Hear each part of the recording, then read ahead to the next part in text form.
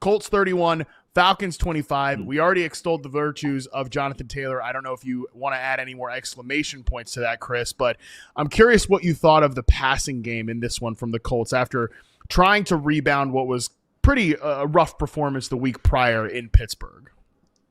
So outside of Jonathan Taylor, that's what I wanted to talk with you about, because I have some concerns about the passing game and just specifically for Daniel Jones, because now this is 3 games straight where he's been under pressure on over 30% of his dropbacks. And for Jones specifically, earlier parts of the year, everyone was like, Jones is rehabilitated. He's fixed. He's not taking any sacks, no fumbles. And now he's completely unraveled over these last few games. 3, 5, and 7 sacks when he has been under pressure, 6 fumbles with half of them being lost. And now, so they go on bye after this game overseas. Look at their next 4 matchups after their bye. Chiefs, Texans, Jags. Well, Jags might be like, that might be a little bit of a throwaway there, but the Seahawks as well over their next 4 games. So if you had asked me the same question maybe 2 or 3, maybe even 4 weeks ago about Daniel Jones and the outlook for the back end of the season, I would have said, oh, that's no problem. Shane Steichen has this offense completely rolling, not just with Jonathan Taylor, but with all of the pass catchers. But now after these past few weeks where teams have really started to get pressure and not just get through the offensive line, but also get to Daniel Jones, at least 3 of those next 4 matchups, I have just some general worries about not just Daniel Jones, but of course the receivers that are attached to him. And specifically, I mean, it is Michael Pittman and Josh Downs who saw most of the brunt of that, with Jones kind of literally fumbling the bag in a number of cases today. Yeah.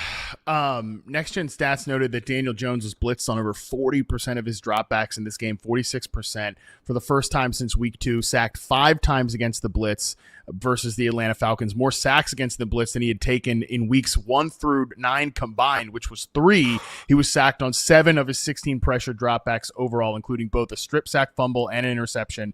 So Boone and I talked about this on the preview episode, and I wrote a big piece about this saying I wasn't too concerned with how things went for the Colts in Pittsburgh in week 9.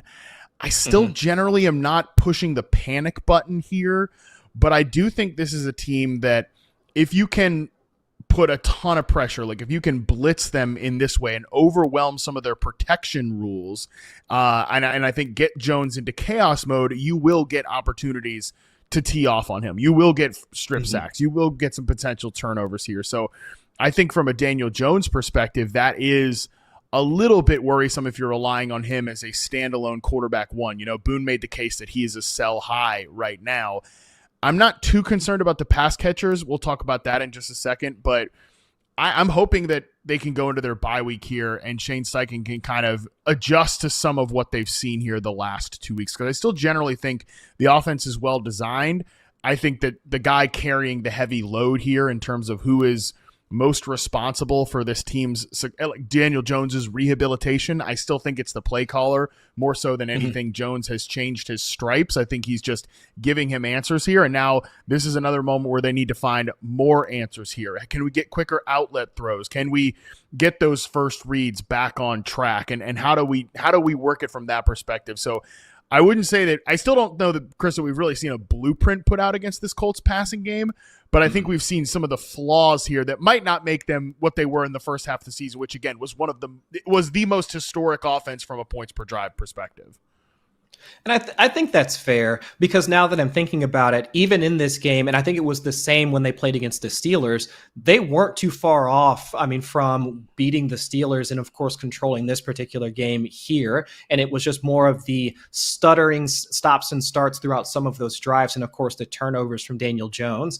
And so I'd say if you were to look at the number of targets, so if we're focusing on the wide receivers or just the pass catch in general for right now, the 2 targets apiece for Pittman and Downs, you could have probably said that, well, we're just going to ride this roller coaster of the offense is rolling. You're probably going to have a couple of those weeks where if Daniel Jones has multiple options, he might funnel targets to Alec Pierce and Tyler Warren instead of Pittman and Downs, because the opposite could be true in other weeks.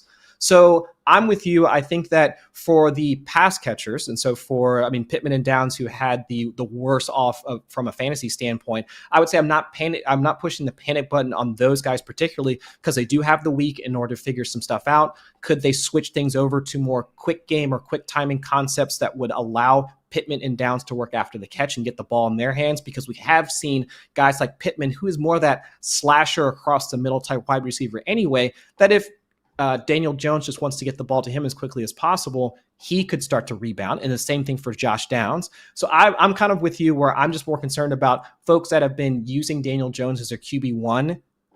Those folks I would have some more concerns about. But the wide receivers, again, with as many options in that passing game from a week in, week out standpoint, you'd have to expect at some point throughout the season, you're going to have a couple, like a kind of a stinker game here and there for either of those guys. Yeah, Daniel Jones still QB 15 on the week right now, 15.5 points. So it isn't as if he completely toasted you here. He did have some scrambles in this one. That's always going to help. So, again, I'm not fully freaked out for the Daniel Jones managers. If you've been riding him, you picked him up off the waiver wire. He's a quarterback 1. But I still think there's a full chance that we've seen like the best half of Daniel Jones' season will be the first half as opposed to the second half, especially because some of those matchups that you outlined there. But that's sort of the point I want to bring up with the pass catchers, because I liked what you said there about, hey, can we get more Josh Downs quick hitters, get him involved here, because I think they went really heavy with some of the multiple tight end stuff here to try to add bodies to protection, but that didn't really help in terms of they're still trying to then execute these longer developing routes, because this was a big Alec Pierce game here in this one. Mm-hmm. And that was, we talked about it on the show, it's a little easier to see that one coming because he has been one of the most efficient receivers in the NFL against single high coverage. The Falcons run more single high coverage than any team in the NFL. If you're going to blitz a ton, you're going to have single high on the back end, and Pierce made plays when called upon. He was targeted on 19% of his routes. We saw some of the evolutions in his game that I've been talking about this season in terms of the bigger in-breaking routes. That might be what we have to do with this Colts pass-catching game going forward. If some of the juice is going to come out of here, we got to talk about from a matchup basis who's in the good spot, who's not. Like this did look like a much better spot for Pierce than Pittman and for Downs, but that might not always be the case going forward. So that might be what we have to do in an individual basis, in addition to seeing what this offense looks like coming out of the bye. So I think we've kind of found some ground to stand on there with this Colts passing game in reaction to this one. I want to flip this over to the Falcons here, who lose this game. But Drake London had another massive performance in this one. Next Gen Stats notes that Drake London caught 2 of his 4 targets for 26 yards, as well as a 2-point conversion across his 17 matchups against Sauce Gardner. But as always, these guys who move into the slot a good bit, they can find matchups against other players and against all other Colts defenders. London caught 4 targets, 78 yards, and a touchdown, his 4th touchdown over the last 2 games. So the Falcons are at least doing to get the ball to the good players. We're getting the ball to Drake London in the passing game. We're not messing around too much with Darnell Mooney, who, man, he had a couple of rough moments once again in this game. Some really rough moments, unfortunately, for Darnell Mooney. Just either it's him and Penix are not quite on the same page. Penix misses him, or Mooney has just passes clanging off his hands. It's just been a rough year for Mooney, whereas Drake London is starting to ascend. And, of course, in the backfield, Chris, we saw Tyler Algier punching a couple goal line touchdowns, which I know is going to annoy Bijan Robinson managers, but Robinson also had a fairly nice game himself. Yeah, and for the backfield, I think that's just par for the course. Folks have seen how annoying the usage for Tyler Algier can be. Once he starts getting hot, they do tend to ride him, and especially once they get into the red zone, they can use him just as easily as they can Bijan Robinson. But for the pass-catching portion of it, I would say that I'm just really surprised with how off-kilter Mooney has been with Michael Penix. If I'm remembering correctly, on the back end of the season, with Mooney was still nursing that hamstring injury or something like that was keeping him out of training camp. Mm-hmm. Michael Penix had at least intimated that he had been trying to work with Mooney throughout the earlier parts of the offseason before he sustained that injury. So just even seeing him now at this point throughout the season, not being able to really connect on some of those deeper shots, and Mooney kind of falling into that just role player part of the team, where last year he was really starting to come on. I know most of that was with Kirk Cousins, but really not seeing him ascend into a wide receiver 2-ish type role for the Falcons is something that I just didn't really see coming. So the hope is, though, I do have a few more better matchups coming over the next 3 to 4 weeks. I think they've got the Panthers, Saints, and Jets over the next 3. So Drake London, obviously the wide receiver 1, you're starting him week in and week out. But if folks are still riding Darnell Mooney, 31% of the air yards, and of course the target share is there. So with some better matchups over the next few weeks, if you are looking for a wide receiver that you need in a pinch, and we could at least try and tell ourselves a story of how Mooney can try and get on the same page with Michael Penix in the near future. I feel like I've been telling that story to myself for about a month now, and it's just not coming true. Yeah. So we'll see about Darnell Mooney, but it's just been such a weird and rocky season for him. But there are some good matchups coming up. So hopefully, from Penix's standpoint, like, again, I know I keep saying just throw to the good players, just keep getting Drake London activated. And I do think that is a big part of what can keep Michael Penix on track. But at some point, you just can't have this complete non-relationship, non-entity from an efficiency standpoint with your wide receiver 2 on the team if you're trying to grow and develop your own quarterback. So I hear your point, at least in that regard. Let's get to the next game here. Patriots 28, Buccaneers 23. I think the story of this game on the Patriots side of things, Chris, is that this was already a good offense, one of the most efficient offenses in the NFL. And now we're starting to see the young guys get involved here. Obviously, it's because of injuries to Ramondre Stevenson, that TreVeyon Henderson, and Terrell Jennings also went down in this game, so he really took off in that regard. Kyle Williams in the passing game, injury to Kayshon Boutte, runs around on 58% of the dropbacks. He rips off a 70-yard reception for a touchdown on his lone catch of the day. But let's talk about TreVeyon Henderson here first, Chris. What did you see out of the rookie running back who broke off 2 explosive runs in this one? I mean, it was just everything that Henderson managers have been hoping to see out of the rookie pretty much all this season. And now I would say my only caveat, I would completely pour cold water onto Henderson's performance, but we did see Terrell Jennings go down like earlier in the game. So it really did become most of the backfield did go to Henderson afterwards. But of course, seeing him rip off some of those long runs against a Bucs defense that we know had been pretty stout against opposing rushing attacks was, I guess, one of the big things, or the feather that Henderson can put in his cap. Doesn't matter if he got the opportunity, at least from that standpoint, or racking up a bunch of yards against a worse defense. Doesn't matter that, of course, he had 14 of the 18 running back carries, which is the highest share that he's had all season. It's more so about the defense that he did it against. Those explosive plays are things that we do have to take into account. And if you can do that well against that type of defense, I would say that at the very least, once Ramondre Stevenson comes back, it's hard to put this type of genie back in the bottle in terms of that split that him and Ramondre Stevenson had earlier parts in the year, when it was just Stevenson and just a sprinkle of Henderson, or even less of Henderson as the season continued. I would say that now we should see at the very least a 50-50 split if Stevenson gets back on the field. I am so glad you framed it in that regard here, because I also don't want to throw cold water on this TreVeyon Henderson performance, but I also, Chris, don't want to be one of those fantasy shows that comes in here and just, I think, just misleads the audience and like points you guys in the wrong direction here, because I think the temptation, and I've already seen it on social media, it's, well, see, Mike Vrabel, you idiot, this is why you should have been playing the rookie all along. You see, like, this is why he should have been the starter from the beginning, and yada, yada. My whole point in response to that is twofold. One, TreVeyon Henderson has not been playing this way all season long. He has been making mistakes. He's been hesitant as a runner. There is a reason that they didn't trust him early on, and that's okay, because he's a rookie. He's a first-year player, and he's learning a complicated system that Josh McDaniels puts a lot on these running backs from a gap scheme, like reading it out perspective, and he hasn't been that efficient as an interior rusher. And what we've seen instead is that this team, in order to, I think, because they don't hate TreVeyon Henderson, like, let's be serious here, Mike Vrabel doesn't have it out for the running back they took in the second round, they've been trying to slowly build him up with some of these outside runs, especially pitches and tosses, which is how he scored the one explosive touchdown here. But I think it's like that, yeah, they've been slowly building to this. The only problem is, though, I think on the other carries, and again, I'm not doing this to say, hey, if you take away his 2 best plays, he actually was terrible, because that's stupid. But he broke off 2 explosive runs here, as I mentioned, 55 yards and 69 yards. 36% of his carries, though, on the day went for 0 or negative yards, 28.6% rushing success rate overall. So we didn't quite see TreVeyon Henderson be out there as that grinder back, steadily getting you 4-5 carries when you need to move the offense.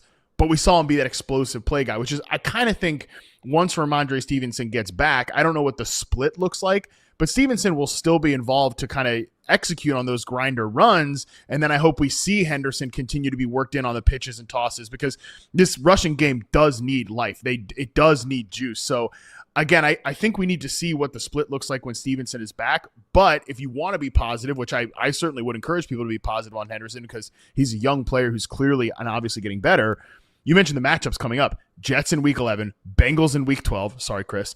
Giants in week 13 before the week 14 bye. Like it is a pretty nice slate of matchups here if Henderson continues to get, 10 to 15 touches a game. Yeah, and that's where we do have to try and really frame it for people, because there were some warts to his game. To your point, the down-to-down consistency that we know a head coach like Mike Vrabel is going to want out of his running backs still isn't there yet. The pass protection, while okay in this game, over the course of the season hasn't been up to standard. So while we do want to see as much opportunity for our rookies as possible, I would say that there was enough reasons there to see other guys getting mixed in, to have some concern about Terrell Jennings, the 5-minute back getting worked in a couple of weeks ago, to see them have call up, Dearness Johnson last week. It's not just because Mike Vrabel may or may not have it out for him. I don't think he does. Of course, that little nameplate that he had for Henderson on the back of his jersey made me think for a half second that might have been a thing, but still. All that stuff aside, there were enough warts to his game that there was some general cause for concern about Henderson and his development path. But seeing this and the level of confidence that he should have, and not just him and himself, but also what McDaniels has, what he can call from in the future, that at least should give us enough cause to say that, again, it should be more of a 50-50 split versus Ramondre 70-30, 60-40, something like that. I do think he's worked himself back into the rotation we expected for him coming into the season.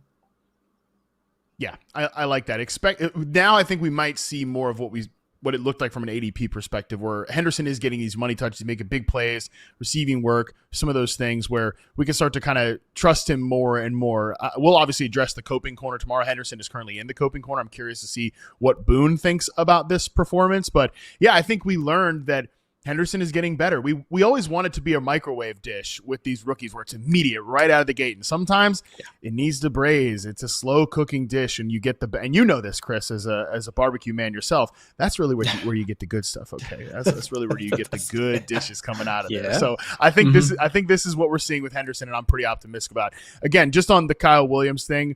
58% route participation. That's great. He did make the one big play. Matt Collins had 106 yards in this game, so I don't know that when Kayshon Boutte gets back, that's enough for maybe Kyle Williams earns more of a role, but I don't think he's necessarily going to be a weekly factor until he displaces Matt Collins, which that just generally doesn't happen. The team that has Matt Collins keeps him on the football field. Let's flip this to the other side here with the Tampa Bay Buccaneers. What did you see out of this team coming out of their bye? Just more of this is an offense that just doesn't have the horses to keep up with other explosive games like this, where if your defense is giving up large chunks to Kyle Williams of the world, the TreVeyon Hendersons of the world, and you get put behind, you are asking a team that it's down its two top pass catchers in order to really, to just take on the world afterwards. On third downs, if you're asking Sterling Shepard and Cade Otton to really continue to keep this offense on schedule, that's a tough ask for any offense. So while, credit to Baker Mayfield and, of course, the rest of the pass catchers, Emeka Egbuka comes up with another solid game, but still, you can just really see how the lack of personnel, just that the lesser talent that they now have to field because of those injuries really start to show out in this particular game. Yeah, Emeka Egbuka, as you mentioned, coming back out of his bye and having one of his best games in a while, I think was number one, because he's a little bit healthier now. He's coming off the hamstring injury. I think Baker wasn't perfect in this game, but a little bit better than we saw him prior to the bye. And of course, there was a lot of discussion about, okay, Christian Gonzalez. Look, guys, these receivers who, again, move into the slot on about a third of their snaps are always going to get opportunities to go against other defenders that are a little bit lesser than the premier corners on the outside, which we quite literally saw with this Patriots team last week as Drake London dropped 3 touchdowns on them. We saw that here again, where Emeka Egbuka caught 3 of 4 targets for 59 yards and the touchdown when matched up with non-Christian Gonzalez defenders. So again, Emeka Egbuka, good to see him out of the bye, returning back into that wide receiver one that we know and love. But man, I agree with you. We got to get Bucky Irving. When are we going to get any sort of positive report on this guy? Because every week I'm just, we're missing that punch from the run game. I know Rachaad White has had some good moments. Not a great game here against a tough run defense in this one. Sean Tucker actually was a little bit more efficient as a rusher, but I do think, we need to see some Bucky Irving for this Tampa Bay Buccaneers team here, Chris. That is my big takeaway every week I watch this team. Yeah, because if we're not getting it from Rashad White and we're trying to rely on Sean Tucker in order to do anything on the ground, then outside of the volume that you might get from Rashad White, he wound up having, I think, what was it, 10 carries or 10 touches in total. So, and of course, mixing in a couple of targets here and there. That's really all you can expect from Rashad White. Whereas originally we were thinking he was going to get the majority of the Bucky Irving role. So let's put him into that high-end RB2 type echelon and from a value standpoint. But now after his efficiency has just taken a step back almost on a weekly basis, I now have to put him in that RB3 conversation until Bucky Irving returns. And pretty much the same things for the wide receivers also attached to it. Outside of Tez Johnson, who of course gets into the end zone again, Cade Otton has been up and down from a pass catching standpoint. So his consistency from a target share standpoint is something that's tough to trust on a week in, week out basis. And of course, I already mentioned Sterling Shepard, where his best days are probably behind him. So even if you do think that this is still a pass-friendly offense, and it is in a relatively efficient offense from Baker Mayfield, I'm still just looking to Igbukah as the wide receiver I can confidently start, and then really Cade Otton and the rest of the guys, I mean, there really are more of like long shot type plays if you're looking at them for fantasy production.